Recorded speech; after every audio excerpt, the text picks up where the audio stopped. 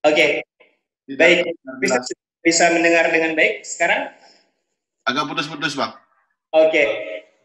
Saat ini Indonesia termasuk negara yang bisa dikatakan terlambat untuk mempunyai undang-undang tentang perlindungan data pribadi dibanding dengan negara-negara ASEAN yang lain, apalagi negara-negara pendiri ASEAN begitu. Ya, Menurut Bro Krisna, terlambat itukah saat ini Indonesia mempunyai undang-undang perlindungan data pribadi? ya terima kasih. Jadi, ya kalau kalau dikatakan apakah kita termasuk terlambat, memang bisa dikatakan iya dibandingkan dengan negara-negara ASEAN yang lainnya. Namun jika kita menelisik lagi dari aturan-aturan yang sudah ada, sebenarnya pemerintah juga sudah memiliki beberapa instrumen aturan atau instrumen hukum yang uh, yang mengatur tentang kegiatan kita menggunakan teknologi komunikasi dan informasi. Jadi di situ memang ada undang-undang ITE, lalu ada juga peraturan presiden terkait dengan penggunaan data elektronik. Lalu kalau diturunkan lagi ada peraturan Menteri Komunikasi nomor 4 tahun 2016 terkait dengan sistem manajemen pengamanan informasi. Namun memang di antara ketiga aturan tersebut memang belum dititik beratkan pada perlindungan data pribadinya, lebih banyak kepada bagaimana user atau dari pengguna internet bertingkah laku menggunakan teknologi. Lalu yang kedua adalah bagaimana pengelola mengatur atau memberdayakan penggunaan teknologi informasi. Nah, untuk terkait dengan privasi ataupun data pribadi, memang secara khusus belum ada, dan mudah-mudahan ya walaupun sedikit terlambat, tadi dibilang sebab sedikit di bulan Januari mudah-mudahan mulai atau bisa disahkan, yaitu bisa menjadi acuan buat kita untuk data pribadi. Baik, Bro Krisna, sebetulnya perlindungan data pribadi yang dimaksud di RUU ini sendiri kategorinya seperti apa ya, Bro? Ya, yang dimaksud di sini kan tentu di dalam Undang-Undang PDP, di draft Undang-Undang PDP yang kita lihat kan ada jenis-jenis data pribadi, mana yang bersifat data pribadi secara umum atau spesifik itu juga sudah dijelaskan. Lalu kedua ada juga yang terkait dengan siapa pemegang atau siapa pengelola dari pengelola data pribadi itu, baik itu dari sektor private, baik itu dari sektor publik, itu sudah dijelaskan. Lalu yang ketiga di sana juga sudah dijelaskan tentang sanksi bagaimana pengelolaan data pribadi, termasuk juga ketika nanti undang-undang ini disahkan, tentu ada masa waktu berapa lama untuk setiap perusahaan, baik itu lembaga private ataupun publik, untuk segera menerapkan aturan-aturan terkait perlindungan data pribadi. Kalau tidak salah itu di Undang-Undang PDP ada ada aturan 2 tahun setelah PDP nanti disahkan. Kira-kira seperti itu. Oke. 2 tahun untuk apa tadi, Bro Krisna? Sorry. 2 tahun setelah nanti Undang-Undang PDP ini disahkan. Oke. Dan saya mau ke Bro Sigit dulu. Bro Sigit, sejauh ini bagaimana menurut Bro Sigit tentang gambaran perlindungan data pribadi di Indonesia sendiri? Menurut saya gambarannya suram ya. Kita harus mengakui bahwa gambaran perlindungan data pribadi di Indonesia itu sangat buruk. Berarti kalau sekarang ini saya dan banyak teman-teman milenial yang suka men-store data pribadi di server untuk melakukan transaksi digital itu sangat membahayakan dong. Simpel gini aja deh. Kita ketika kita mau daftar nomor telepon gitu ya, kita beli nomor telepon nih, kita daftar dong ke 4444 gitu ya. Kemudian kita masukin nik, kemudian nomor kartu. Ya. Data pribadi itu kan seharusnya hanya tersimpan di operator telekomunikasi. Betul. Tapi faktanya begitu kita daftar, itu justru kita dapat spam SMS. Nah, iya benar-benar. Itu menunjukkan bahwa sebetulnya operator telekomunikasi kita itu tidak comply pada perlindungan data pribadi. Begitu kita daftar, bukannya dilindungi, malah kemudian tersebar datanya. Itu yang terjadi kemarin pada Bung Denny Siregar. Oke. Jadi ada pihak ketiga di sebuah operator telekomunikasi yang membocorkan data. Dan itu tidak bisa disanksi. Yang bisa dilakukan sekarang dengan perlindungan berdasarkan permen hanya si operator telekomunikasi sebetulnya bisa dicabut di lisensinya oleh Kominfo. Tapi saya nggak yakin Kominfo berani nyabut operator license-nya operator handphone terbesar di Indonesia gitu kan. Jadi memang agak susah nih. Sementara kalau mau kita mau kita ajukan secara hukum, nggak ada undang-undang yang melindungi. Tadi kalau Bro Krishna mengatakan bahwa kita sudah punya undang-undang yang cukup gitu ya, ada ITE dan sebagainya. Kalau menurut saya undang-undang Indonesia yang melindungi privacy ataupun apapun yang terjadi di internet itu sangat kurang. Satu-satunya undang-undang yang betul-betul mengatur tentang internet itu hanya undang-undang ITE. Undang-undang ITE itu dirancang sebetulnya hanya untuk mengatur tentang transaksi elektronik. Tapi karena itu satu-satunya undang-undang yang mengatur tentang tentang internet, maka semua hal terkait internet dimasukin ke situ.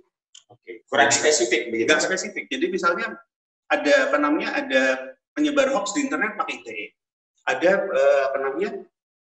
pencemaran nama baik di internet pakai ITE, semua pakai ITE. Itu yang terjadi di Indonesia. Jadi ini gambaran yang paling gampang gini. Undang-undang telekomunikasi kita yang harusnya salah satunya juga mengatur internet, itu di dalam undang-undangnya itu tidak ada kata internet sama sekali. Undang-undang telekomunikasi kita yang dikeluarkan tahun 1999 itu tidak mengatur sama sekali tentang internet. Jadi kalau kita bicara internet, Indonesia kekurangan undang-undang yang mengatur tentang internet. Kalau di banyak sektor lain, ada yang bilang kita terlalu over-regulated. Kalau di internet kita sangat kurang regulasi. Itu yang terjadi, sehingga tadi kalau misalnya, katakanlah saya tadi kita masukin data di sebuah sebuah online market misalnya, ya, e-market. Saya masukin data, tidak ada perlindungan, tidak ada jaminan terhadap konsumen bahwa data itu tidak dijual ke pihak ketiga, gitu ya. Kemudian kalau dijual ke pihak ketiga, si penyedia data ini, penyedia layanan ini itu tidak bisa diberikan sanksi sesuai hukum. Karena undang-undang yang mengatur perlindungan data pribadi itu sebetulnya ada sih sebetulnya, tapi hanya dua. Satu Undang-Undang Kesehatan tahun 2006, yang satunya Undang-Undang tentang Perbankan, itu kalau nggak salah 98. Jadi yang melindungi datanya secara pribadi, yang undang-undang yang melindungi data pribadi kita sekarang itu hanya Undang-Undang Kesehatan dan Perbankan. Kalau bukan data perbankan, bukan data pasien, itu nggak dilindungi. Berarti data untuk orang yang suka belanja online itu tidak terlindungi, tidak tercover. Tapi kalau misalnya data perbankan bocor, itu udah ada perlindungannya. Atau data pasien, saya sakit apa dibocorkan, itu melanggar undang-undang. Data bank saya dibocorkan, itu melanggar undang-undang. Tapi ketika saya bertransaksi di online shop, kemudian datanya bocor, itu tidak ada pelanggaran undang-undang. Bro Krishna, boleh nggak saya menyebut begitu ya, kalau kita sudah punya undang-undang ITE, maka RUU Perlindungan Data Pribadi ini sebetulnya lebih menyasar kepada si penyimpan dan juga pengelola data pribadi, sebuah entity di mana kita menyimpan data pribadi kita. Seperti itu bukan kira-kira? Ya, yang pertama begini. Jadi seperti dikatakan oleh Bro Sigit tadi, memang terkait dengan undang-undang data pribadi, perlindungan data pribadi, betul, memang kita akan terlambat. Yang saya perlu klarifikasi adalah sebelum-sebelumnya memang ada instrumen-instrumen itu, tapi memang itu tidak cukup. Nah, di undang-undang ITE itu kan memang lebih banyak memang mengatur tentang bagaimana kita sebagai pengguna internet bertingkah laku lah, atau bagaimana kita beraktivitas di dalam pemanfaatan teknologi internetnya atau teknologi komunikasi, terkait dengan larangan untuk kegiatan-kegiatan yang bersifat asusila, perjudian, berita bohong, ancaman kekerasan dan sebagainya. Lalu di peraturan menteri yang terkait dengan keamanan informasi, itu memang digunakan atau lebih diarahkan untuk si pengelola. Dalam hal inilah bagaimana pengelola itu menerapkan sistem manajemen keamanan informasi, sehingga termasuk data yang ada di sana, pengelolaan yang ada di sana itu dikelola dengan baik. Nah, sangat memang diharapkan terkait dengan Undang-Undang Perlindungan Data Pribadi ini untuk melindungi kita sebagai user yang datanya memang ada di internet. Saya sangat setuju yang dikatakan oleh Bro Sigit. Yang kadang-kadang menjadi fenomena adalah kita gampang aja, cari aja kartu keluarga di internet, kartu keluarga begitu. Itu akan muncul banyak gambar-gambar atau foto-foto dari kartu keluarga yang ada di Indonesia. Itu bisa kita cek, atau KTP elektronik begitu aja. Kita enter itu udah muncul semua. Nah, ini entah kitanya sendiri juga tidak aware, pemerintah juga mungkin itu belum menjadi fokus apa namanya, atau saya katakan tidak aware, sehingga ya masalah privasi ini ya dianggap hal-hal yang biasa saja, sehingga banyak sekali kejadian-kejadian baik itu penipuan ataupun cloning akun-akun dari Instagram dan sebagainya, sosial media itu terjadi di Indonesia. Ya, jadi undang-undang data pribadi harapannya adalah tentu bisa melindungi. Saya setuju, jadi bisa melindungi masyarakat Indonesia sehingga bisa aman dalam atau lebih secure dan terjamin datanya dalam hal pemanfaatan teknologi informasi. Oke. Ini menarik kalau Bro Krisna bilang ternyata data-data kita, data-data pribadi kita harus di internet itu banyak sekali bermunculan. Ketika kita key in, kita bisa dengan mudahnya mendapatkan data-data itu. Tetapi kita juga masih banyak yang belum tahu nih, apa yang harus kita lakukan. Nah, nanti kita akan ngobrol jauh lagi tentang rancangan undang-undang ini. Terutama kita akan bahas bagaimana kemudian kita bisa memprotek data pribadi kita di internet. Tetapi sebelum itu, kita akan dengarkan dulu ada pesan-pesan yang ingin disampaikan oleh Babe Muhammad, ya, yang nantinya juga akan berkontestasi di Pilkada Tangerang Selatan tanggal 9 Desember nanti. Seperti apa pesan-pesan yang ingin disampaikan oleh Babe Muhammad? Kita ikuti tayangan yang berikut.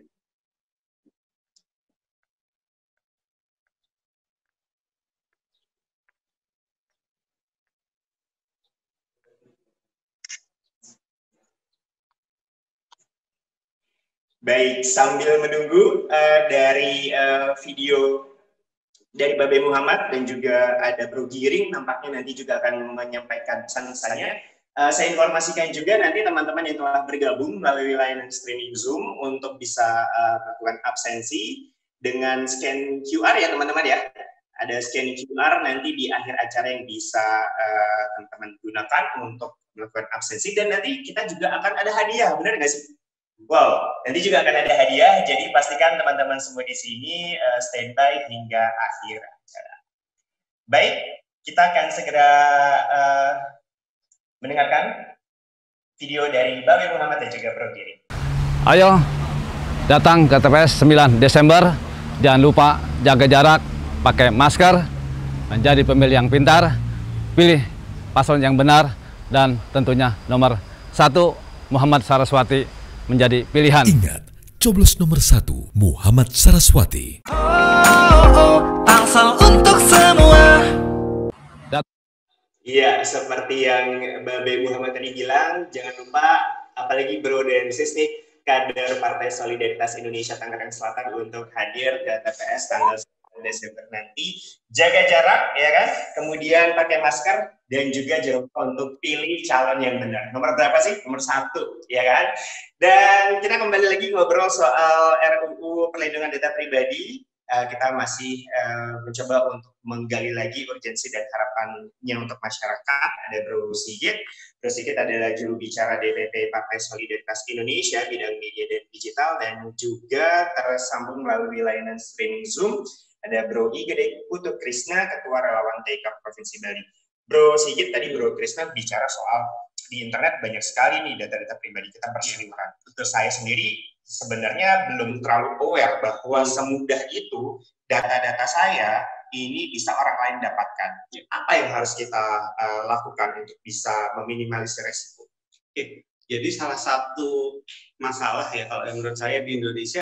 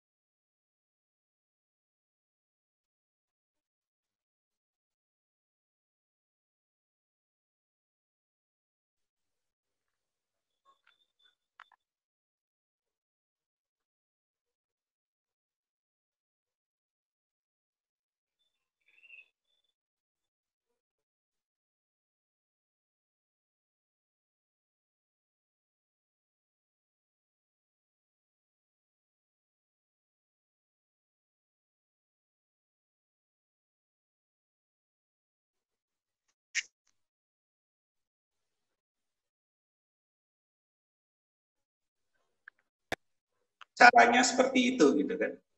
Jadi apa namanya itu yang seringkali awareness kita kurang. Jadi kita kadang-kala juga seenaknya foto KTP terus diupload, foto KK diupload, itu bahaya banget. Karena begitu kita tahu nomor KTP dan nomor KK, kombinasi dari dua hal itu bisa macam-macam nih. Oke. Dan data pribadi kita ketahuan, kemudian bisa disalahgunakan buat macam-macam. Termasuk masalah apa namanya tadi, yang paling gampang buat di spam ini deh, di spam marketing. Ya. Promo apapun, promo, jualan, kartu kredit, cicilan tanpa agunan segala macam lah, apa namanya, macam-macam sekarang yang tiap hari menu-menuin SMS gitu. Untungnya sekarang kan kita jarang buka SMS ya, terlalu gagal. Tapi sebetulnya masyarakat bukan nggak paham sebetulnya. Orang Indonesia cenderung menggampangkan masalah data pribadi. Mereka baru komplain ketika ada masalah. Ya, betul. Jadi baru komplain ketika misalnya ada tweet war nih, kemudian alamat saya ketahuan, terus ada yang nyebarin ini nomor teleponnya, alamatnya, kalau mau didatengin sama organisasi apa gitu, datang aja nih alamatnya, misalnya kayak gitu. Itu baru terjadi ketika ada masalah. Sebelum ada masalah, orang Indonesia cenderung bodo amat. Gitu. Itu memang jadi masalah sih. Artinya bukan cuma sekedar tapi awareness terhadap masyarakat juga harus ditingkatkan. Termasuk juga tadi ada aturan-aturan lokal tadi kayak masuk ke kompleks, terus ngasih KTP itu mungkin juga harus ditinggalkan nantinya gitu ya ke depannya. Harus dicari cara yang lain. Cara yang lain.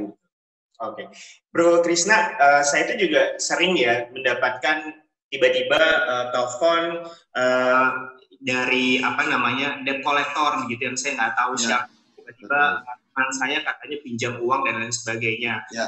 Apakah RUU ini juga nantinya membantu kita ketika kita merasa terganggu nih dengan penyalahgunaan data pribadi dan dalam kasusnya pinjaman online debt collector itu apakah merupakan salah satu contoh kasus yang akan coba dilindungi dari RUU ini? Ya, terima kasih. Mudah-mudahan suara saya terdengar jelas. Yang pertama begini. Saya cerita sedikit. Jadi kebetulan kemarin kami juga membantu beberapa UMKM untuk digitalisasi ya dan cyber security. Nah, ada satu UMKM yang ownernya itu mengalami kendala ketika dia melakukan proses peminjaman atau pengajuan kredit di salah satu bank.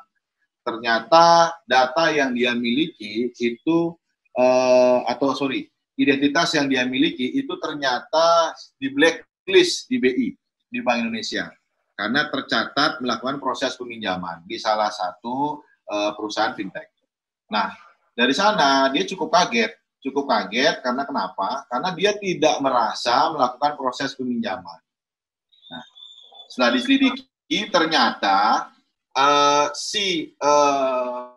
penjahat bilang begitu ya, itu melakukan proses manipulasi data. Jadi dia mengambil informasi yang ada di internet, dia profiling si owner UMKM itu, lalu dia seolah-olah memiliki KTP dengan NIK dan nomor kartu keluarga, itu namanya persis, alamatnya sama, cuman fotonya yang berbeda. Nah, sehingga itu digunakan untuk meng-apply di salah satu fintech. Nah, kejadiannya seperti itu. Dan ini memang sangat lazim terjadi di masyarakat kita. Karena memang ya itu tadi, KTP dengan mudahnya kita fotokopi, KTP dengan mudahnya kita berikan kepada orang lain, atau kita melakukan proses registrasi di mana itu memasukkan nomor KTP dan sebagainya. Dan banyak sekali sekarang calo-calo atau mungkin vendor-vendor yang menjual data pribadi. Nah, harapannya kalau kita melihat dari RUU dan PDP, di sini kan memang sudah konkret dijelaskan dari jenis data pribadi seperti apa, bagaimana hak miliknya, termasuk juga nanti bagaimana proses pengendalian, melakukan proses data pribadi tersebut, termasuk juga petugas pengelola data pribadi, proses pengelolaan data pribadinya. Ya, harapannya setelah undang-undang PDP ini disahkan dan pihak sektor private ataupun publik dipaksa maksimal 2 tahun setelah undang-undang di sini disahkan di lakukan proses pengendalian, ya harapannya data-data atau kasus yang terjadi yang seperti saya ceritakan itu sudah tidak ada lagi.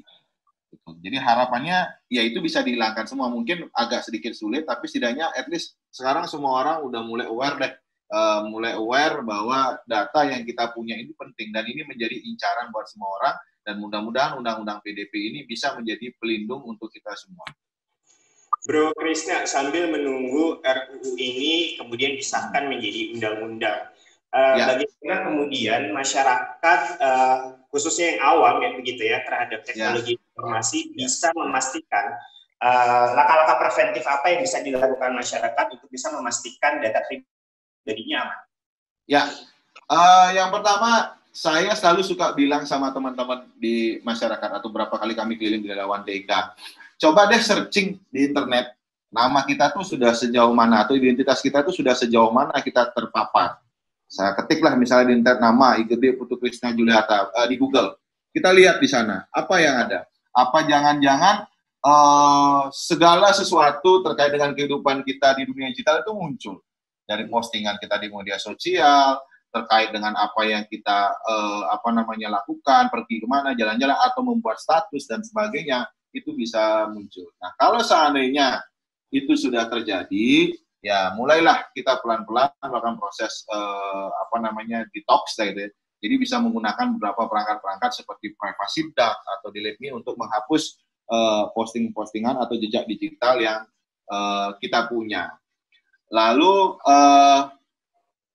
teman-teman juga bisa ngecek emailnya.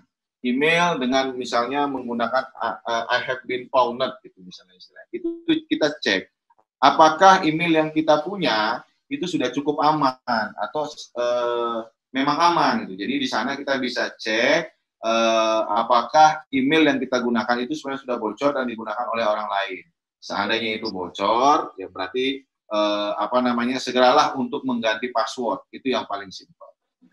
Yang ketiga, yang paling selanjutnya adalah ya tolong jangan diladeni ketika ada orang yang menelpon atau menghubungi kita jika ada yang meminta misalnya terkait dengan alamat. Selamat ya Bapak Ibu menang ini, tolong dong dikasih alamat lengkapnya di mana, nomor telepon dan sebagainya, nomor KTP. Nah itu tolong dihindari. Apalagi kalau ada yang mengatakan bahwa selamat Anda menang hadiah A, hadiah B gitu. Karena yang kita perlu sadari apakah selama ini kita ikut undian atau enggak. Kalau enggak pernah ikut undian ya enggak mungkin tiba-tiba menang. Yang ketiga ya tentu adalah selektif memilih aplikasi. Nah ini jangan sembarangan memasang aplikasi atau menggunakan aplikasi-aplikasi yang ada di sosial media. Kami di Relawan TK selalu mengedukasi masyarakat, tolong dong jangan biasakan menggunakan aplikasi yang tidak jelas dari mana vendornya atau providernya, lalu mengizinkan mereka login menggunakan sosial media. Yang paling gampang misalnya gini, dia di Facebook banyak banget aplikasi-aplikasi yang kadang-kadang misalnya, oh Anda ternyata adalah keturunan dari apa, oh Anda cocoknya kerja di air, misalnya contohnya kayak seperti itu kan ya. Nah itu kan ketika saat login itu menyerahkan username password kita di Facebook.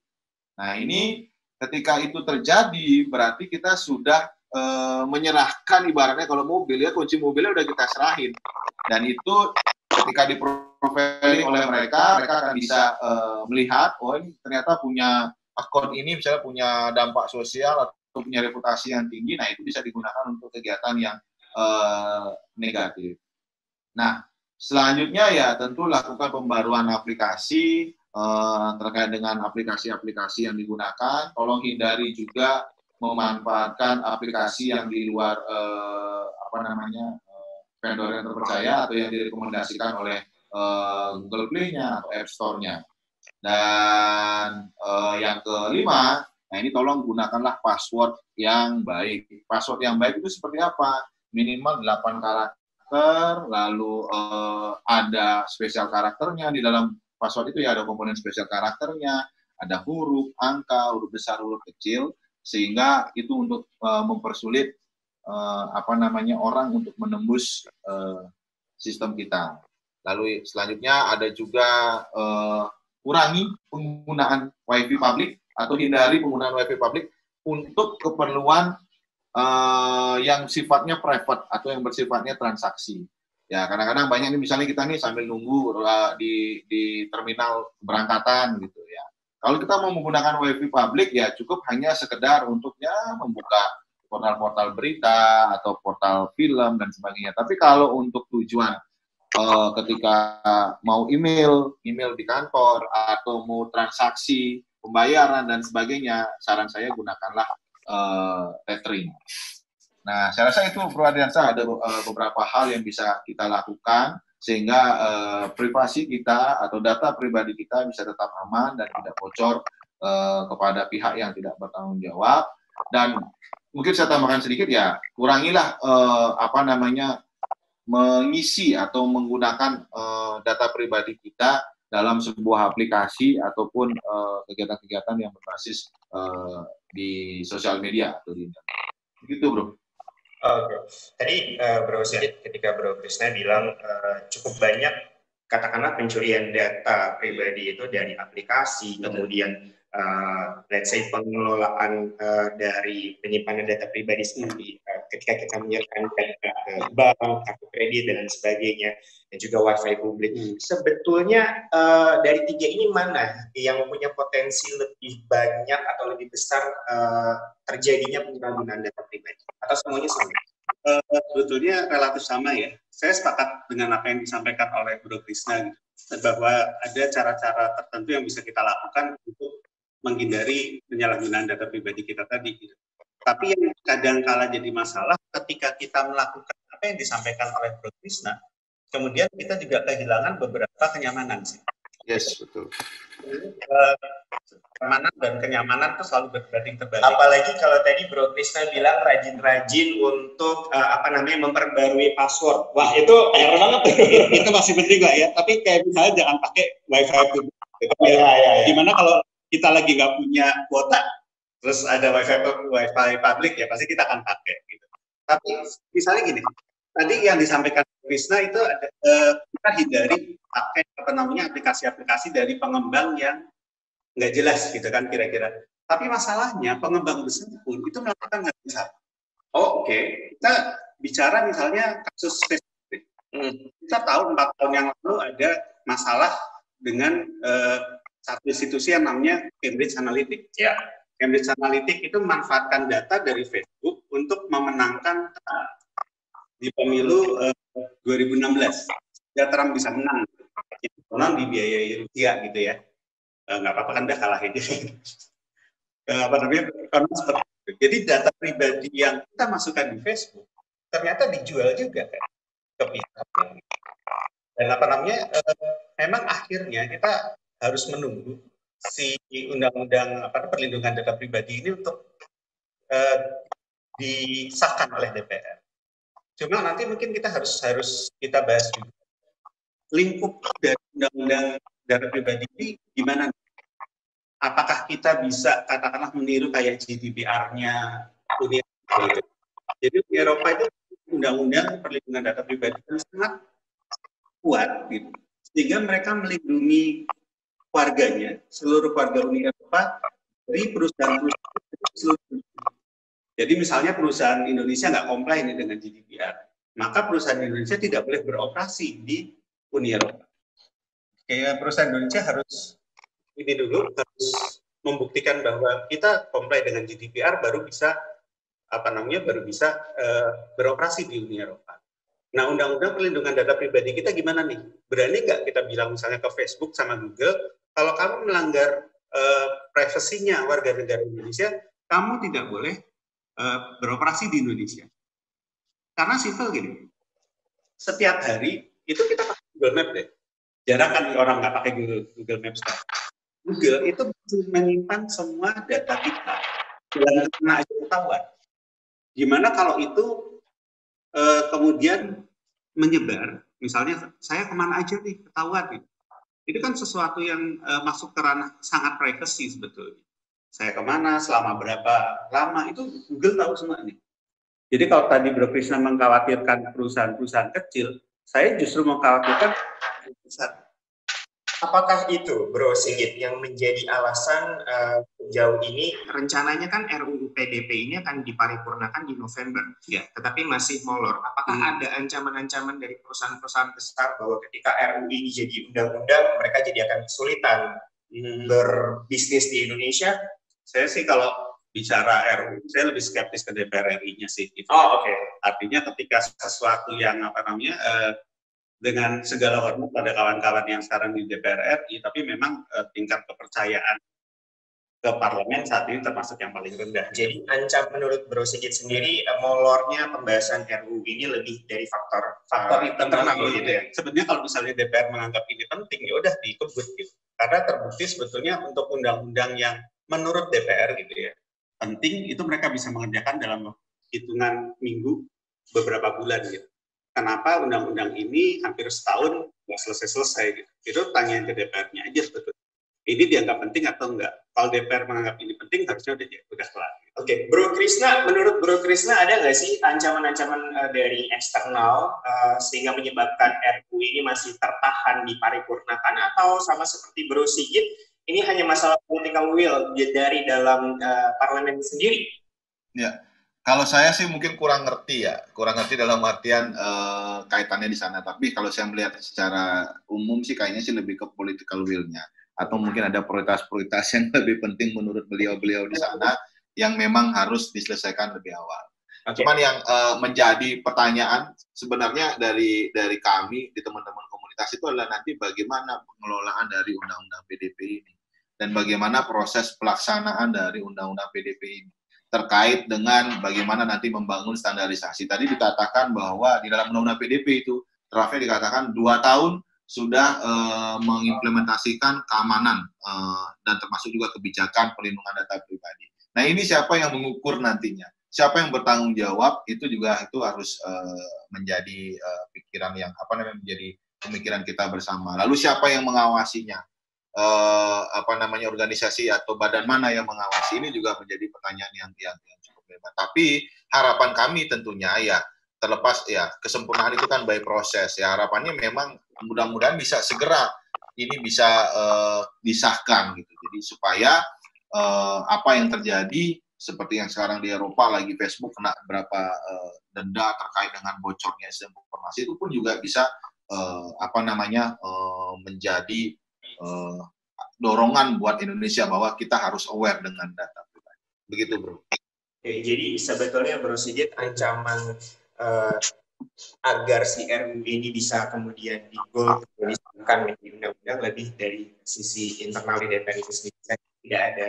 Kalau menurut saya gitu ya, karena sebetulnya dari katakanlah korporasi internasional yang masuk ke Indonesia, sebetulnya mereka relatif kooperatif kok. Ya memang ada beberapa hal yang kadang-kala mereka nawar-nawar lah kasarnya gitu. Tapi kalau sudah undang-undang biasanya mereka akan kooperatif. Sama seperti yang dilakukan Google dan di Eropa, mereka berusaha kuat mungkin kompeten dengan GDPR. Kalau Indonesia punya undang-undangnya, perusahaan-perusahaan besar itu menurut saya akan berusaha kompeten, karena buat mereka yang penting bisa berbisnis di sebuah negara, kemudian mendapatkan keuntungan dari situ. Jadi saya tidak percaya ya kalau misalnya dia bilang oh ini ada tangan-tangan yang tidak kasat ya, gitu. Cuma cenderung ya, teman-teman di DPR rasa ini penting aja sih gitu.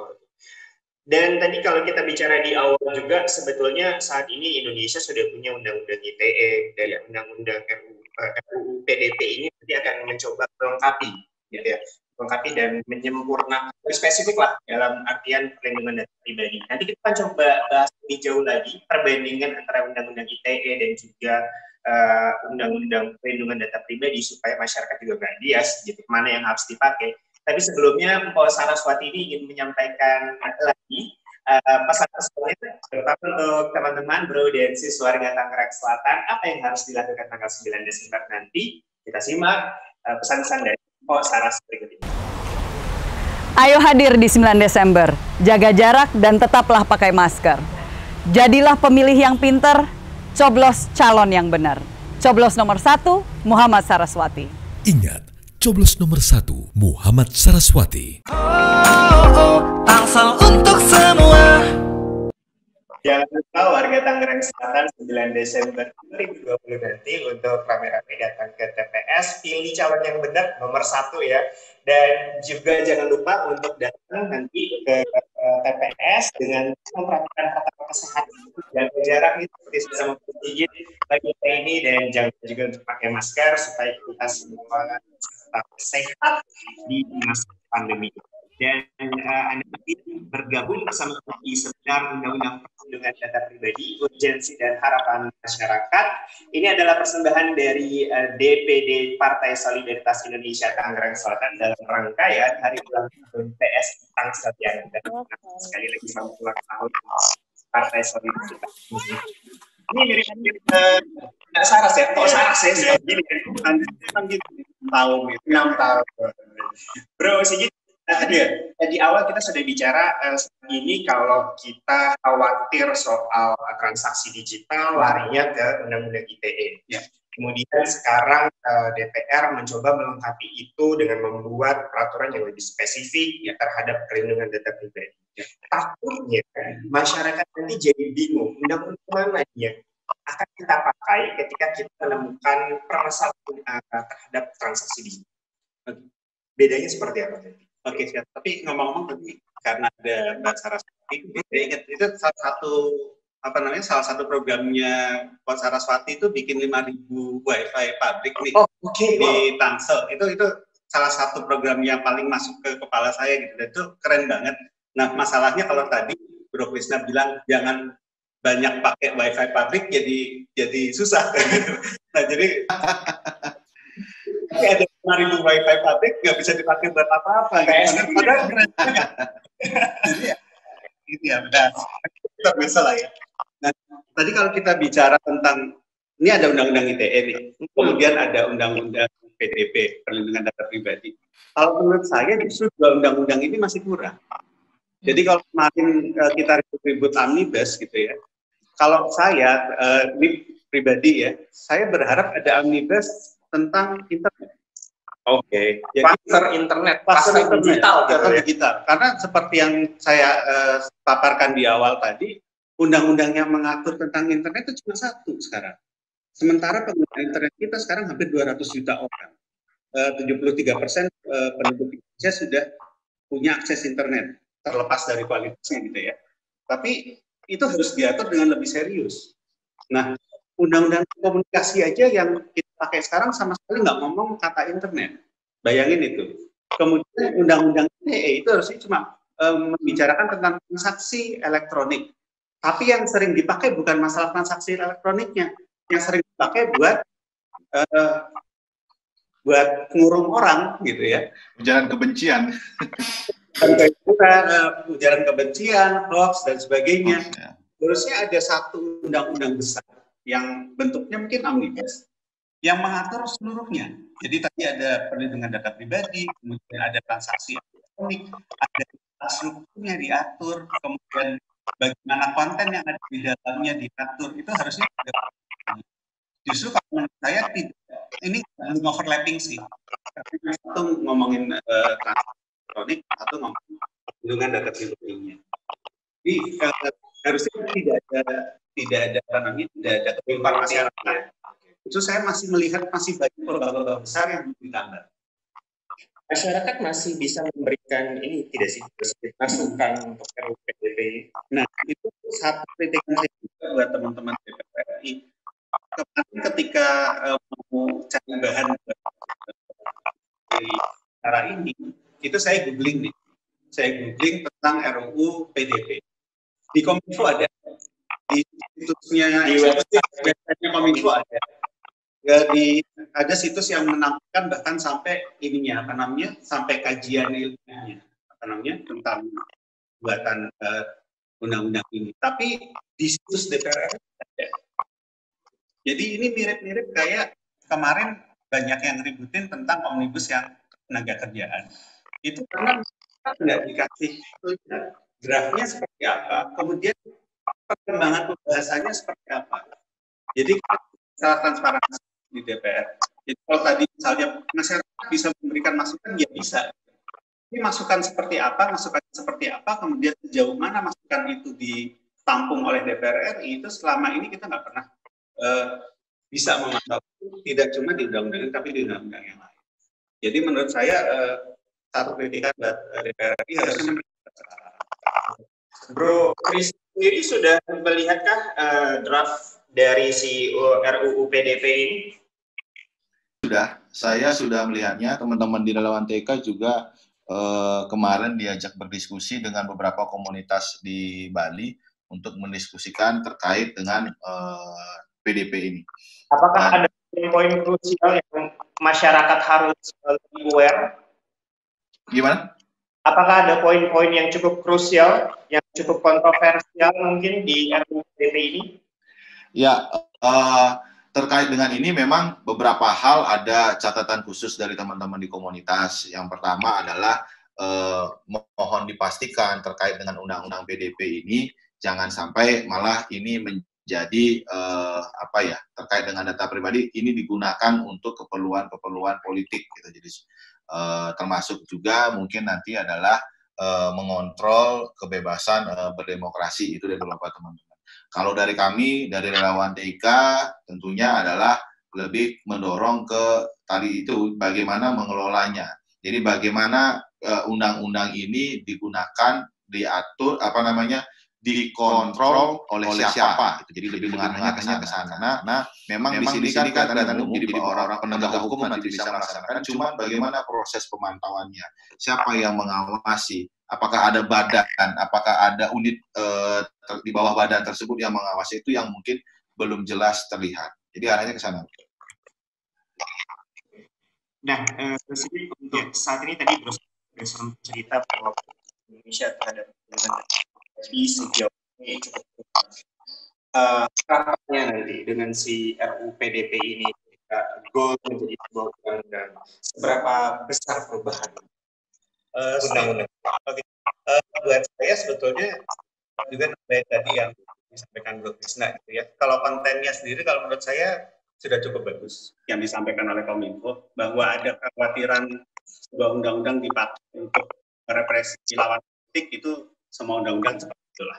Nggak ada tidak ada undang-undang yang murni bisa tergantung pelaksananya juga. Gitu. Ya.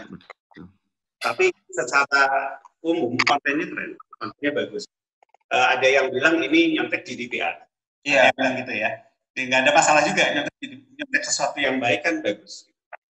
Tapi yang penting sekarang ketika ini diimplementasikan, apapun di pelaksananya, gitu, tergantung sama permennya juga nanti undang-undang harus dibuat PP-nya, harus dibuat permennya itu bisa dilaksanakan. Buat saya sih nggak terlalu masalah. Yang penting masyarakat punya kepastian hukum. Jadi ketika misalnya data pribadinya dilanggar, itu masyarakat bisa menuntut secara hukum. Dan saya yang paling penting itu, karena kalau kita masih mengatur pada Permen 2016 yang mengatur tentang perlindungan data pribadi, ketika data pribadi saya disalahgunakan, itu saya nggak bisa menuntut secara hukum. Jadi nanti hukum yang saya gunakan undang-undangnya ITE lagi gitu. Dengan ada undang-undang ini, misalnya saya politikus misalnya gitu ya, saya ribut dengan satu politisi partai lain misalnya. Kemudian politisi partai lain ini mau membongkar data pribadi saya, saya nomor segala macam, sehingga saya dituntut misalnya. Oke, saya punya hak secara hukum untuk menuntut entah ke orang yang membocorkan itu maupun perusahaan saya memberikan data pribadi dan dibocorkan gitu. Itu yang sekarang kita. Jadi sebetulnya kepastian hukum dan ada dasar ketika ada pelanggaran terhadap perlindungan data pribadi kita bisa menuntut secara hukum. Itu sih yang paling penting. Di luar itu balik lagi tadi kebiasaan masyarakat kita harus diperbaiki dulu nih. Artinya kalau kebiasaan masyarakat kita belum diperbaiki ya sama aja sih. Kita di mana-mana ngumbar KTP, ngumbar KK gitu ya. Percuma juga gitu. Bro Krisna, ketika nanti RUU ini yang tadi disampaikan Bro Sigit gitu ya, ketika nanti RUU ini sudah jadi undang-undang, kita udah punya payung hukum yang bagus gitu ya untuk melindungi data pribadi kita. Tetapi masyarakatnya juga masih belum aware nih. bagaimana ya cara kemudian kita juga bisa menyampaikan kepada publik bahwa Indonesia sudah punya undang-undang yang bagus nih untuk melindungi data pribadi kita. Ya, makasih Bro. Ya, yang pertama mungkin saya sapa dulu. Ini kebetulan ada pertanyaan di chattingan. Nah, ini Bro MT dari ICT Watch juga ada di sini dan memberikan pertanyaan apakah PSI dan R merencanakan program literasi privasi ke masyarakat. Ya, jika seandainya nanti disahkan ataupun apa yang sudah kita lakukan sekarang, memang tadi saya membolak juga dari Bro Sigit terkait dengan internet. Ya, di Bali juga sama. Kami juga ada program-program namanya Bali Smart Island yang menyambungkan seluruh tempat wisata. Kalau di Bali namanya Banjar, RW-nya itu kayak Banjar. Jadi Banjar dan titik-titik yang penting di desa itu memang disambungkan. Bahkan nanti ke depan akan ada program lagi internet masuk ke rumah. Nah, dua hal ini sama-sama satu solusi paling penting adalah melakukan proses literasi digital. Nah, ini harapannya. Karena ada beberapa pun masukan dari perangkat desa itu ketika ada internet itu malah yang muncul, mereka menganggapnya gini, malah yang muncul kok jadi masalah. Jadi masalah bagaimana memanfaatkan internet dengan baik, internet sehat lah. Lalu bagaimana mengedukasi masyarakat. Nah, ketika pun juga ada undang-undang PDP ini, ya tentu setelah ini ada, berarti yang harus kita lakukan adalah proses edukasi, proses literasi ke masyarakat. Terjun ke masyarakat, memberikan edukasi kepada masyarakat, bagaimana menggunakan internet dengan baik. Bagaimana kita bisa meliterasi mereka terkait dengan privasi, terkait dengan data pribadi mereka. Bagaimana mereka tahu ancaman-ancaman dan bagaimana mereka bisa melaporkan ataupun menghadapi ketika mereka mengalami kebocoran data. Saya rasa seperti itu. Jadi satu-satunya jalan tentu di masyarakat adalah melakukan proses literasi. Dan ini memang membutuhkan peran serta dari seluruh komponen masyarakat, dari seluruh stakeholder, sehingga masyarakat ini menjadi lebih aware, dia tahu. Atau mudah-mudahan ya tadi seperti bilang Bro Sigit, ada Omnibus Law-nya yang untuk internet, sehingga lengkap dari proses bagaimana pengelolaan data pribadinya, termasuk juga proses literasi. Terima kasih. Oke, bicara singkat Bro Sigit, bicara soal literasi digital masyarakat Indonesia sejauh ini, pandangan Bro Sigit sendiri gimana? Karena sayang gitu, nanti udah punya undang-undang bagus tapi literasinya masih kurang. Ya, itu salah satu PR kita semua ya. Artinya seperti yang disampaikan Bro Krisna, memang literasi ini jadi PR kita semua. Tidak cuma pemerintah, tidak cuma mungkin dari pihak parlemen, tapi juga dari masyarakatnya sendiri. Artinya simpel aja, sekarang kita nggak usah ngomong data pribadi deh. Bagaimana hoax itu bisa nyebar dengan sangat cepat. Karena orang nggak lihat, oh ini ada berita, benar atau enggak. Tiba-tiba ada berita, sebar gitu. Sampai akhirnya WhatsApp itu mengatur cuma bisa disebarin ke 5 orang. Saking parahnya gitu. Artinya literasi digital kita memang sangat buruk. Jadi kalau kita lihat ada laporan, kalau nggak salah dari Kata Data ya, itu bahwa literasi digital kita termasuk yang sangat buruk saat ini. Sekitar 70-80% pengguna internet di Indonesia itu sama sekali nggak tersentuh lah oleh literasi digital ini. Itu jadi PR kita bersama sih. Tapi sebetulnya balik lagi, kalau ada undang-undangnya, ada sanksi yang bisa diterapkan pada pelanggaran perlindungan data pribadi, maka masyarakat pelan-pelan akan aware juga. Karena kayak sekarang ya perusahaan, katakanlah operator telekomunikasi gitu, mereka melanggar data pribadi kita, nggak diapa-apain tuh gitu. Masyarakat kan nggak belajar juga. Ketika nanti ada undang-undang perlindungan data pribadi, kemudian tiba-tiba satu operator dituntut nih sama masyarakat. Karena saya tiap hari dikasih SMS pinjaman online misalnya. Dan kemudian berhasil, kemudian si operator ini disuruh membayar denda kepada si usernya, itu akan jadi pelajaran juga ke masyarakat bahwa oh ada ya perlindungan data pribadi. Selama ini masyarakat melihatnya saya ngasih data pribadi disalahgunakan, saya nggak bisa ngapa-ngapain. Artinya literasi tadi memang harus paralel dengan aturan perundangan, kira-kira. Saya melihat dari sini sudah lumayan banyak chat yang masuk di seminar kita. Nanti saya coba untuk mencari beberapa pertanyaan untuk dijawab nanti oleh Bro Sigit maupun Bro Krisna. Namun sebelum itu ada juga pesan yang ingin disampaikan Ketua DPW PSI Banten nih, Bang Asmi Abu Bakar, untuk warga Tangerang Selatan 9 Desember nanti. Seperti apa? Kita ikuti pesan dari Bang Asmi, Ketua DPW Provinsi Banten Partai Solidaritas Indonesia. Jangan lupa 9 Desember, jaga jarak dan pakai masker. Pemilih yang pintar, coblos yang benar. Coblos nomor 1. Ingat, coblos nomor 1 Muhammad Saraswati. Tangsel untuk semua. Itu tadi Ketua DPW PSI Provinsi Banten, Bro Asmi Abu Bakar, yang menyampaikan pesan untuk semua kader Partai Solidaritas Indonesia dan juga warga Tangerang Selatan nih untuk hadir ke TPS tanggal 9 Desember nanti. Pakai masker ya, jangan lupa. Kemudian jaga jarak, jadi nomor 1 itu udah nanti paslon yang paling benar. Karena kalau tadi Bro Asmi bilang coblos calon yang benar, dia nomor 1 Muhammad Saras. Oke, saya Bro Sigit, Bro Krisna coba untuk kenapa? Oh iya, silakan teman-teman yang mau bertanya boleh untuk di chat langsung, nanti akan kita coba bacakan pertanyaan untuk Bro Sigit dan juga Bro Krisna. Dan juga jangan lupa nanti di akhir acara untuk melakukan absensi ada QR code yang akan kami tampilkan untuk teman-teman semua bisa melakukan absensi, dan juga akan ada hadiah yang sudah kami siapkan. Dan sambil menunggu pertanyaan-pertanyaan dari Bro dan Sis, saya coba cek dulu apakah sudah ada pertanyaan yang masuk. Saya mau nanya sama Bro Sigit dulu deh. Oh, ini sudah ada, sebentar ya.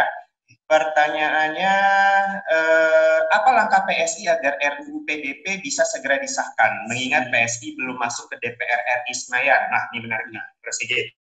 Ya, sebetulnya balik lagi memang salah satu problem dengan PSI sekarang adalah kita nggak punya wakil di DPR RI. Artinya ketika kita bicara satu undang-undang ini penting, nggak cuma ini ya, kita punya beberapa undang-undang yang kita endorse, salah satunya undang-undang PDP, kemudian ada undang-undang PKS gitu, penghapusan kekerasan seksual. Yang kita lakukan adalah memainkan opini publik sih. Oke. Artinya kita menyampaikan kepada publik, kita kasih tadi, kita sosialisasi, kita memberikan literasi ke publik bahwa undang-undang ini sangat penting. Undang-undang PDP ini kalau nanti disahkan, efeknya kepada masyarakat, terutama kita bicara pengguna internet, itu sangat besar.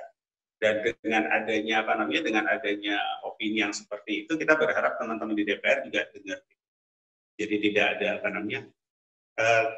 tentu juga kita bisa mendekati ke partai-partai lain, karena kita sebenarnya hubungan PSI dengan partai-partai lain juga baik-baik saja sih. Artinya ketika kita bicara pilkada di Tangsel juga kita berkoalisi dengan banyak partai. Jadi PSI akan berusaha untuk lebih mendekatkan diri kepada masyarakat dengan memberikan opininya, begitu ya? Yang paling besar tentu itu, kemudian juga kita mungkin bisa mendekati teman-teman di DPR RI bahwa ini penting nih, ini harus segera masyarakat dan mitra parlemen lainnya, begitu ya? Baik, ini juga ada pertanyaan, mungkin Bro Krisna bisa membantu. Bagaimana dengan perusahaan investasi saham crypto trader yang sudah resmi terdaftar pada Asosiasi Blockchain Indonesia? Apakah aman? Karena kebanyakan perusahaan tersebut meminta untuk menyerahkan KTP untuk bisa berinvestasi atau transaksi. Rata-rata transaksi digital, Bro Krisna membutuhkan meminta kita untuk menyerahkan KTP. Apakah aman? Ya, terima kasih. Jadi yang pasti begini, kalau kita bicara, saya tidak melihat dari sisi bisnisnya ya. Saya rasa kalau untuk bisnisnya itu adalah masyarakat yang memutuskan apakah itu menguntungkan atau tidak. Yang saya lihat adalah bagaimana pengelolaan datanya. Ya, memang kebanyakan yang terjadi atau yang kita lihat di Google search engine itu memang kebanyakan lah, kalau saya lihat karakternya itu adalah foto-foto yang diminta oleh perusahaan-perusahaan, entah itu fintech ataupun perusahaan-perusahaan kayak tadi dikatakan asosiasi blockchain dan sebagainya. Jadi ada foto di depannya, lalu kita di belakangnya, kira-kira seperti itu. Nah, bicara aman dan tidak ya tergantung dari perusahaan tersebut bagaimana mengelola terkait dengan pengelolaan aset informasinya. Nah, harapannya sebenarnya kita bisa melihat deh, salah satu yang bisa digunakan sebagai acuan itu adalah ISO 27000 atau 27001 terkait dengan sistem manajemen keamanan informasinya. Kalau memang kita ingin melihat lebih detail, ya tolong dipastikan aja apakah perusahaan tersebut mengadopsi standar itu, atau dia bisa menggunakan standar dari NIST gitu misalnya. Kita lihat aja di sana, apakah memang dia memanfaatkan itu. Kalau dia memanfaatkan itu, seharusnya lebih aman. Berbicara tentang pembobolan data dan sebagainya, mungkin setiap perusahaan pasti akan punya potensi untuk itu. Tapi pertanyaannya adalah bagaimana mereka mengelola, bagaimana mereka mengatur proses disaster recovery plan-nya, bagaimana mengelola insiden respon timnya. Nah, di salah satunya yang mengacu adalah ISO 27001 yang kalau kita melihat di instrumen pemerintah itu sebenarnya sudah ada di dalam peraturan menteri peraturan menteri Kominfo nomor 4 tahun 2016, dan dari Badan Siber Sandi Negara juga, dari BSSN juga sudah menyiapkan instrumen-instrumen pengukurannya dengan menggunakan indeks kami, namanya indeks keamanan sistem informasi. Kalau dia berbasis cloud, dia menggunakan 4.0. Kalau dia menggunakan ada dua versi, ada 3 versi. Ada versi untuk UMKM, itu namanya PAMA kami. Ada yang untuk infrastruktur yang tidak menggunakan cloud, dia di versi 3.1, dan menggunakan cloud di versi 4.0. Jadi instrumennya sudah siap. Nah, tinggal sekarang perusahaan mau menggunakan atau tidak, dan customer juga mungkin bisa melihat apakah perusahaan itu qualified atau tidak dari sana. Seperti itu. Terima kasih. Bicara juga soal marketplace, ini ada pertanyaan ya. Ada beberapa waktu lalu ada sebuah marketplace yang pernah bocor datanya sekitar 91 juta data pribadi diperjualbelikan di dark web seharga 5.000 US dollar. Nah, apakah kasus ini nantinya ketika ada undang ini Sigit itu bisa dibawa ke ranah hukum? Kalau yang kasus tadi yang nyebut marketplace tadi bisa, jadi kalau nanti ada undang-undang ini bisa ditutup secara hukum. Saat ini belum ya? Saat ini belum, tapi sebetulnya kalau kita bicara yang kemarin itu tidak terlalu masalah karena Google itu hanya username aja. Artinya aman kok. Saya nggak terlalu khawatir dengan kasus kemarin itu. Teman-teman banyak yang terlalu paranoid aja. Tapi saya ingin nambahin tadi ya yang jawabannya Bro Krisna tentang ISO 27001. Itu problemnya kadang-kala walaupun kita udah punya ISO tadi, toh faktanya data kita tetap bobol juga kok. Gitu. Jadi kayak kasus yang kemarin menimpa Denny Siregar, itu dilakukan oleh perusahaan operator telekomunikasi terbesar di Indonesia yang sudah punya ISO 27001 dari bertahun-tahun lalu gitu. Tapi faktanya mereka masih membiarkan pihak ketiga, perusahaan outsource untuk bisa ngambil data dan disebarkan ke orang yang tidak berkepentingan gitu. Jadi akhirnya kalau kita bicara ISO 27001, di mana ini sebetulnya hanya katakanlah sertifikasi proses gitu ya. Dia mengsertifikasi proses rekaman itu bagus, itu sesuatu yang memang perlu kita lakukan, tetapi itu nggak jaminan juga. Artinya ya balik lagi, tanpa adanya perlindungan hukum, saat ini data kita rentan banget untuk disalahgunakan. Nggak cuma masalah cryptocurrency, tapi untuk semuanya nih. Termasuk kalau kita main saham, kita main marketplace segala macam, rentan sih. Jadi kita nggak bisa bilang bahwa oke, ini aman nih. Amannya apa? Pakai ISO 27001. Kemarin kan operator itu juga argumennya kayak gitu. Kami aman kok pakai 27001. Gitu. Faktanya datanya kok nyebar. Gitu. Jadi balik lagi, sebelum ada undang-undang ini ya data kita mohon maaf ya rentan. Udah terima aja lah kayak gitu. Kita tunggu undang-undangnya. Baik. Ini ada satu pertanyaan mungkin ini terakhir untuk Bro Sigit nih, karena tadi Bro Krisna sudah menyampaikan soal program literasi privasi ya ke masyarakat. Sambil menunggu proses politik pengesahan RUU PDP di DPR, sepertinya perlu ada program untuk menumbuhkan kepedulian masyarakat akan pentingnya menjaga privasi dan data pribadi. PSI sendiri ada program literasi privasi seperti itu. Oke, jadi sebetulnya yang sekarang yang program salah satu program utama PSI yang kita lakukan sekarang adalah menyediakan akses internet dulu untuk masyarakat yang belum punya akses internet. Kita punya program namanya Solidaritas Kuota. Ini sekarang kita sedang jalan di sekian puluh kota. Kita sekarang udah ada sekitar 60 titik wifi. Nah itu nanti akan kita gabungkan dengan program literasi sebetulnya. Jadi orang yang menggunakan wifi-nya PSI nanti tidak hanya sekedar bisa pakai wifi, tapi ada pelatihan-pelatihan. Salah satunya ya mungkin pelatihan e-commerce dan sebagainya, tapi salah satu yang akan kita masukkan adalah kurikulum tentang literasi. Oke. Artinya kalau kita tadi Bro Krisna menyampaikan jangan pakai wifi publik-publik, nanti mungkin akan kita sarankan gini, boleh pakai wifi publik tapi dengan cara A, B, C, D yang lebih aman. Kira-kira bagaimana kalau pakai wifi publik? Kira-kira kayak gitu. Itu kita akan lakukan di sekian puluh kota, terutama daerah-daerah yang kita punya anggota DPRD.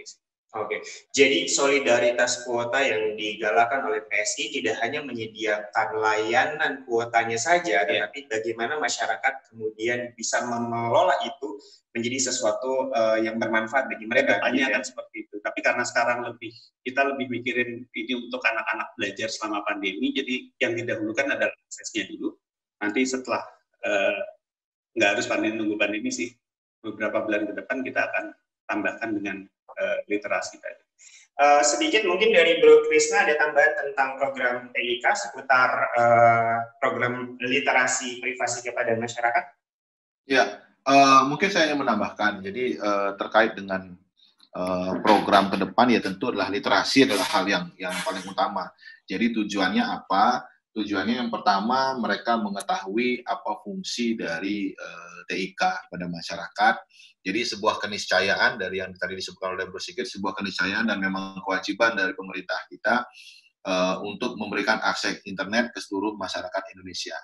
Nah, yang disediakan oleh pemerintah tentunya adalah infrastrukturnya. Nah, lalu bagaimana tentang pemberdayaannya? Ya, mari kita bersama-sama menjalankan beberapa program-program sehingga mereka yaitu tadi pertama dia paham apa yang manfaat dari internet, lalu yang kedua mereka paham tentang resiko-resiko yang ada di internet, dan mereka paham yang ketiga adalah mereka paham bagaimana melakukan proses mitigasi seandainya mereka menghadapi resiko-resiko yang ada di internet, sehingga masyarakat itu bisa lebih produktif dengan menggunakan teknologi informasi dan internet, dan tentunya bisa lebih aman. Dan tentunya lagi yang paling utama ya kita dengan internet ini kan selama ini digunakan malah mohon maaf nih kayak lebih banyak digunakan untuk ya di Indonesia ya saya bisa cerita jadi isu-isu hoax semakin besar. Nah, kalau ini seandainya kita berikan edukasi masyarakat sudah teredukasi dengan baik, saya rasa isu hoax mau dibuat kayak apapun masyarakat udah nggak ini lagi, nggak terpengaruh lagi, udah kebal, jadi bisa lebih aman begitu Pak. Baik, sebuah pembahasan yang cukup menarik bicara soal perlindungan data pribadi, Bro Sigit, Bro Krisna. Nanti kita akan coba melihat juga antusiasme dari Bro dan Sis dan juga masyarakat Indonesia bagaimana tentang RUU Perlindungan Data Pribadi ini dan sehingga bisa nanti disahkan menjadi undang-undang. Dan sambil menunggu itu kita ada satu pesan lagi yang ingin disampaikan oleh Bro Giring. Teman-teman ada pesan yang pelaksana tugas Ketua Umum Partai Solidaritas Indonesia nih, Bro Giring Ganesa, yang juga jadi calon presidennya PSI di 2024. Apa yang ingin disampaikan oleh Bro Giring? Kita ikuti pesan-pesannya berikut. Jangan lupa 9 Desember jaga jarak dan memakai masker. Jadilah pemilih yang pintar, coblos calon yang benar. Kami mendukung Muhammad Saraswati, coblos nomor 1. Ingat, coblos nomor 1 Muhammad Saraswati. Tangsel untuk semua.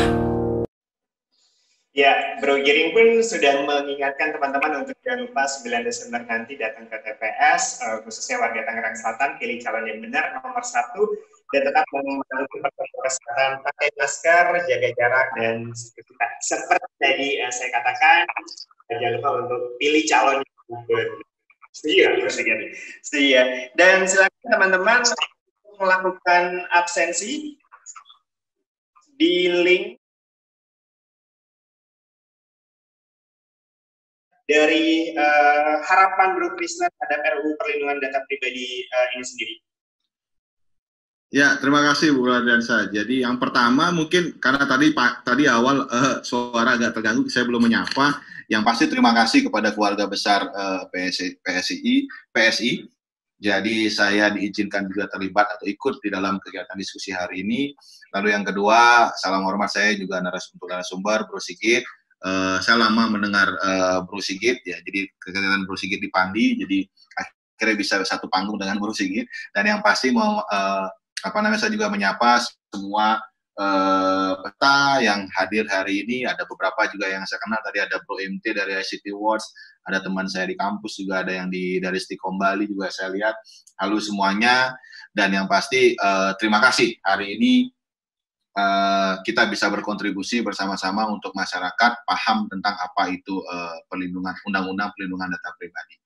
Nah, apa harapan kami di Relawan TK Provinsi Bali, dan tentu saya pribadi adalah mudah-mudahan dengan adanya undang-undang perlindungan data pribadi ini, ya masyarakat bisa lebih terlindungi, masyarakat bisa lebih aman dalam menggunakan teknologi informasi yang kalau saya lihat statistiknya itu untuk pengguna mobile subscriber-nya itu sudah mencapai 135% dari jumlah penduduk Indonesia yang ada di angka 262 juta sekian.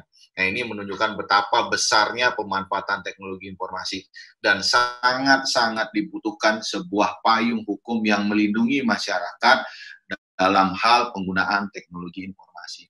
Yang kedua, harapan kami dengan adanya undang-undang ini tentu juga perusahaan-perusahaan baik itu ukurannya kecil, besar, UMKM, itu memang lebih aware terhadap data-data customer-nya, sehingga kembali lagi masyarakat tidak dirugikan. Dan yang ketiga, dengan adanya undang-undang data pribadi, dengan penguatan nantinya pemberdayaan atau literasi di masyarakat pun aware bahwa data pribadi mereka itu sebenarnya menjadi incaran banyak orang, dan mereka bisa mengamankannya lebih baik, menjaga privasi mereka masing-masing, dan seandainya ada sengketa hukum di sana, mereka tahu harus melakukan apa dan bagaimana konsekuensinya, sehingga muncullah environment yang sehat dalam hal ini penggunaan teknologi informasi dan komunikasi, dan bisa mendorong pemanfaatan teknologi informasi ini menuju lebih produktif dan membuat Indonesia semakin produktif dan semakin jaya. Terima kasih. Terima kasih Bro Krisna dari Bali. Bro Sigit, oke. Jadi kalau kita lihat memang salah satu organisasi yang suka bikin literasi TIK di seluruh Indonesia adalah Relawan TIK dari Kominfo gitu ya. Dan Bro Krisna ini dari Bali. Sebetulnya visi Relawan TIK sama visinya PSI digital itu sama sih sebetulnya. Artinya memang kita perlu sebanyak mungkin masyarakat Indonesia terbantu dengan dengan TIK dan literasinya. Dan yang menarik sebetulnya pengurus DPW PSI Papua itu teman-teman RT Papua juga. Jadi artinya memang kita mirip kok ininya platformnya, kemudian visi misinya. Jadi sebetulnya harapan saya juga hampir mirip. Gitu.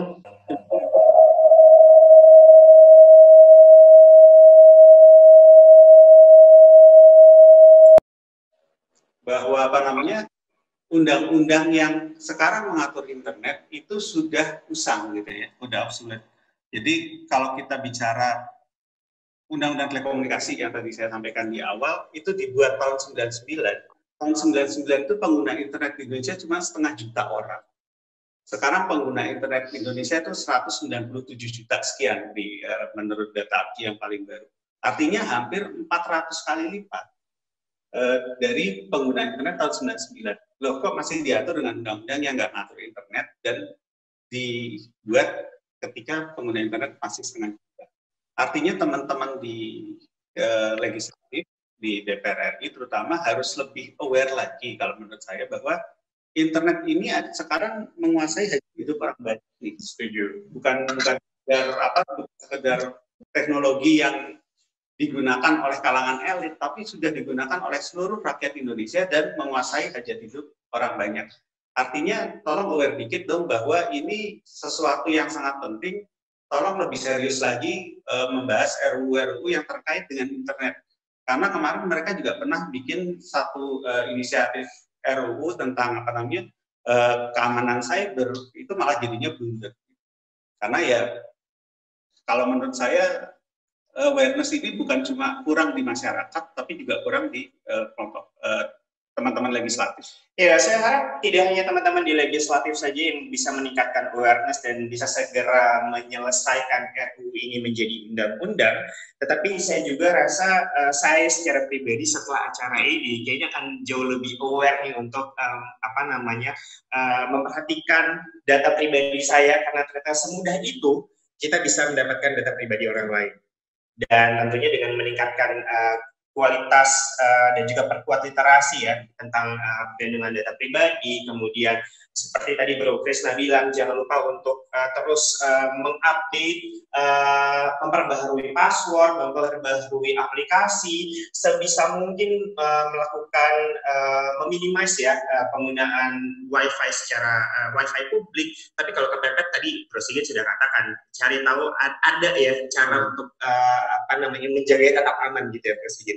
Ada beberapa hal, tapi ya itu lagi keamanan ini akan terbalik dengan kenyamanan. Artinya semakin kita amankan, semakin nggak nyaman nih kita pakai aplikasinya. Misalnya aplikasi kita pakai Google Map gitu, tanpa kita nyalakan lokasinya kan nggak nyaman juga.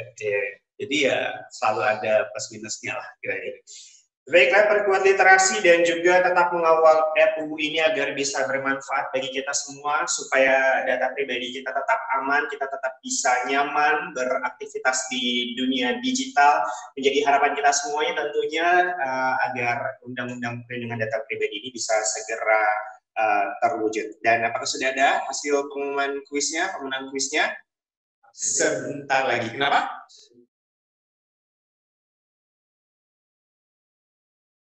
Insya Allah semuanya akan tetap sehat, baik-baik saja. Yang paling penting adalah supaya kedepannya Tangerang Selatan bisa menjadi kota yang lebih baik, kota yang lancar, kota yang nyaman untuk kita semua. Jangan lupa untuk pilih calon yang benar seperti yang tadi disampaikan oleh Mbak Ben Muhammad, Mbak Saraswati, Bang Asmi Abu Bakar, dan juga Bro Giri Ganesha. 9 Desember. Nomor 1. Masker, jaga jarak, pilih calon yang benar. Sambil menunggu nanti hasil dari kuis, karena kita masih menunggu. Nomor 1. Semua saya mau mengucapkan terima kasih dulu kepada Bro Krisna dari Bali. Terima kasih Bro Krisna, ini adalah Ketua Terima kasih. Lagi Informasi Komunikasi Provinsi Bali. Terima kasih Bro Krisna. Terima kasih Bro Dansyah. Salam untuk semua teman-teman di Bali. Siap-siap nih, kayaknya bulan depan Bali akan penuh nih, Bro Krisna. Siap. Mudah-mudahan. Baik, tetap jaga kesehatan dan perhatikan juga protokol kesehatan sesuai dengan yang sudah ditentukan. Terima kasih Bro Krisna dari Bali. Terima kasih Bro Dansyah. Terima kasih Bro Sigit. Terima kasih banyak sudah berkesempatan hadir di kantornya DPD PSI Tangsel. Semoga ilmu yang dibagikan tadi, pembahasan kita yang menarik ini bisa membawakan hal yang positif bagi masyarakat Tangsel terutama juga. Dan selamat ulang tahun juga untuk PSI ya. Karena semoga makin keren, makin bisa membuktikan selalu ada kerja untuk rakyat. Karena PSI kerja hadir untuk rakyat. Baik. Amin. Absennya teman-teman masih terus ditunggu. Ada, kalau absen aja dapat ya? Dapat sertifikat sama. Oke, wow. Absen aja teman-teman akan mendapatkan e-sertifikat dan juga kode voucher dari Lokalin. Jadi silakan teman-teman untuk download juga aplikasinya Lokalin yang bisa diandelin. Nah, kalau tadi saya bilang bulan depan mungkin di Bro Krisna akan kedatangan banyak tamu ya, karena Bali akan jadi salah satu wisata favorit, tempat wisata favorit untuk masyarakat menghabiskan libur akhir tahun. Nah, mungkin bisa download dulu Lokalin untuk mendapatkan akomodasi terbaik di Bali, dan nanti juga bisa menggunakan voucher dan dapatkan saat teman-teman melakukan registrasi untuk acara seminar undang-undang perlindungan data pribadi, urgensi dan juga harapan masyarakat ini seperti apa. Bro Sigit mau liburan kemana nih? Enggak kayaknya. Tetap di rumah saja. Baik, Sudah ada pengumuman pemenang. Wah, saya sudah mendapatkan pemenangnya. Yang pertama, selamat kepada Almado Julian. Ya, selamat Bro Almado Julian. Dan yang kedua, selamat untuk Sis Alicia.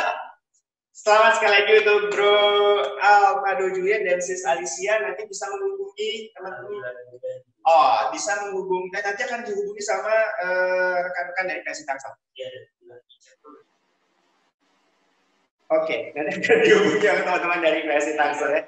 Di chatroomnya Zoom. Oke, nanti di chatroomnya Zoom akan segera di chat. Sekali lagi terima kasih Bro Krisna, terima kasih Bro Sigit atas waktunya. Terima kasih teman-teman Bro dan Sis Kader PSI Tangerang Selatan dan juga partisipan yang sudah bergabung di acara hari ini. Selamat siang, saya Ardian Suwarso. Sampai jumpa.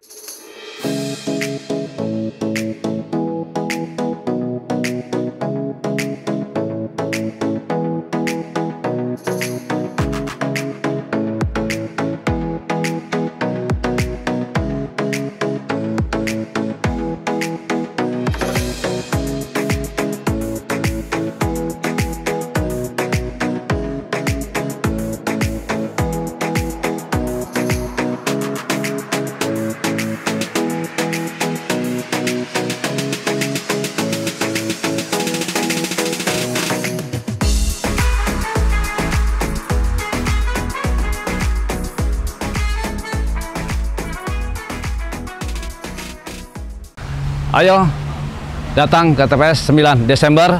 Jangan lupa jaga jarak, pakai masker, menjadi pemilih yang pintar, pilih paslon yang benar, dan tentunya nomor 1 Muhammad Saraswati menjadi pilihan. Ingat, coblos nomor 1 Muhammad Saraswati. Tangsel untuk semua. Ayo hadir di 9 Desember, jaga jarak dan tetaplah pakai masker. Jadilah pemilih yang pintar, coblos calon yang benar. Coblos nomor 1 Muhammad Saraswati. Ingat, coblos nomor 1 Muhammad Saraswati. Tangsel untuk semua. Jangan lupa 9 Desember, jaga jarak dan pakai masker. Pemilih yang pintar, coblos yang benar. Coblos nomor 1. Ingat, coblos nomor 1 Muhammad Saraswati. Tangsel untuk semua. Jangan lupa 9 Desember, jaga jarak dan memakai masker. Jadilah pemilih yang pintar, coblos calon yang benar. Kami mendukung Muhammad Saraswati, coblos nomor 1. Ingat, coblos nomor 1 Muhammad Saraswati.